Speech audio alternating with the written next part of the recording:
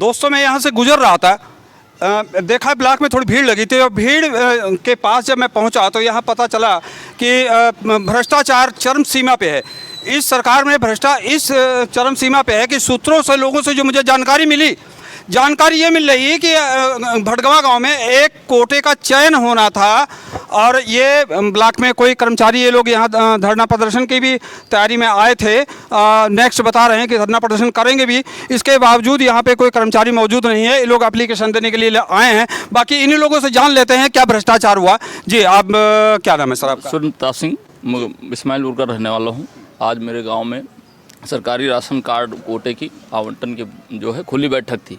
खुली बैठक में ये था कि जो पात्र होंगे, जिनको संख्या बल होगा, जिनका पात्रता का कोई आपके पास वो है कि क्या पात्रता क्या थी उसकी? पात्रता के लिए ये बताया गया था, पहले तो ये हुआ था कि समूह से, जिनका समूह गठन हुआ है, समूह के पदाधिकारी अधिकारियों को जो है इसकी वो दी जाएगी, वरीयता दी जाएगी। लेकिन वहाँ अचानक से प्रोग्राम बदला गया। अधिकारियों द्वारा अचानक से ये बताया गया कि जो समूह वाली पात्रता के लिए खंड विकास अधिकारी द्वारा कहा गया था एक दिन पहले, तो उसमें ये बताया गया था कि जो है मतलब समूह के लोगों को जो ही पात्रता दी जाएगी। तो जब हम वहाँ 10 मिनट जाने से पूछे हम जाके अधिकारी से कि जो है पात्रता समूह के लिए बताई गई थी, तो बोले कि पात्रता जो समूह के लिए बताई गई थी उसमें कोई पात्र नहीं पाया गया।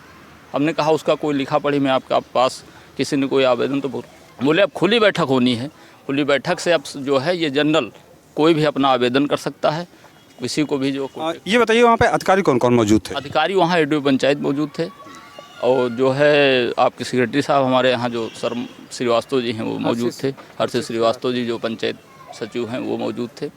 ये जब सब लोग पहुँचे वहाँ, तो सामुदायिक मिलन केंद्र जो करीब 60 बाई 40 का एक हॉल होता है, और एक करीब 1500 स्क्वायर फीट की एक बिल्डिंग बनी होती है, जहाँ पे सारे लोगों को बैठाया गया था। एक बंद हॉल के अंदर एक मीटिंग का एक वो किया गया था, वहीं सारा सेटअप लगाया गया था।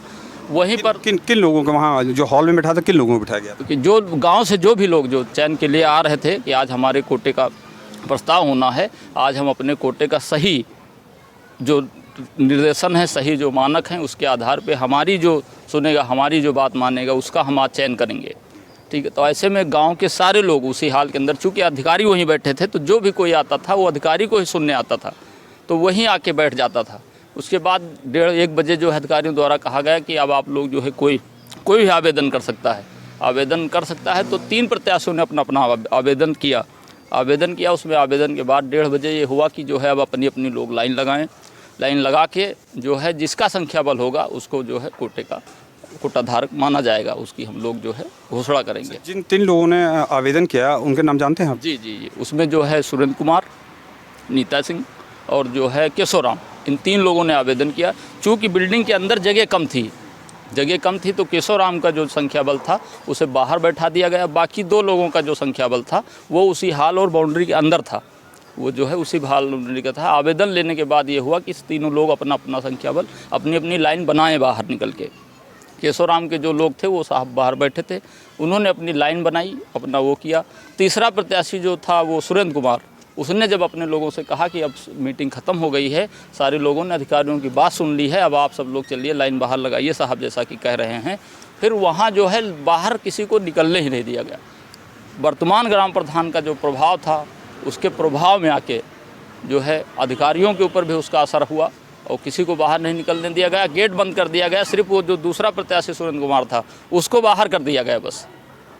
वहाँ पे वोटिंग कैसे हुई? किस वोटिंग का शेड्यूल क्या था? कैसे वोटिंग हुई? उसी हाल में सारे लोगों को बैठा के गिनती कर दिया गया। न वहाँ हाल के अंदर लाइन लग सकती है। आप खुद समझ सकते हैं कि एक बंद कमरे के अंदर लाइन लगाने का क्या मतलब बन सकता है। कैसे लाइन लग सकती है एक बंद कमरे के अंदर अगर लाइन लगानी हो तो? जहाँ पर आप क्या आरोप लगा रहे हैं? क्या आरोप है आपका? हम सिर्फ ये आरोप लगा रहे हैं कि जो ये प्रक्रिया की गई है, ये खुली बैठक का कोई औचित्य नहीं। खुली बैठक का मतलब होता है खुला प्रांगण। अधिकारी जो भी पहुँचे, जो भी अपनी बात कहें, वो सारे आदमियों तक, सारे लोगों तक पहुँचनी चाहिए। ये जो भी को लिखा पढ़ी हुई है, ये सब एक बंद कमरे के अंदर हुई है, एक सुनियोजित साजिश के तहत हुई है। और पुलिस प्रोटेक्शन आपको मिली थी कि नहीं? पुलिस प्रोटेक्शन मिली थी, लेकिन वो लोग भी जो है बोले कि जब अधिकारी हमें कुछ कहेंगे, हम आपका कहना नहीं मानेंगे, हम आपसे कोई मतलब नहीं रखेंगे, हम जो है अधिकारियों का कहना मानेंगे। तो हम जाके जो चीज़ अधिकारी से कहते भी थे तो वो बस बोलते थे कि सब हो रहा है, जो भी हो रहा है सब ठीक हो रहा है, विधिक हो रहा है। यही कह के किसका चयन हुआ वहाँ पे? वहाँ पे जो है फिर ये मतलब ये नहीं बताया गया, ये वहाँ पे न किसी की गिनती बताई गई, न किसी का संख्या बल बताया गया। बस जो है हुआ कि कोटे का चयन हो गया है, सबकी गिनती हो गई है और सबको बाद में जानकारी दी जाएगी, बाद में जानकारी। ऐसा तो नहीं, निरस्त तो नहीं कर दिया गया?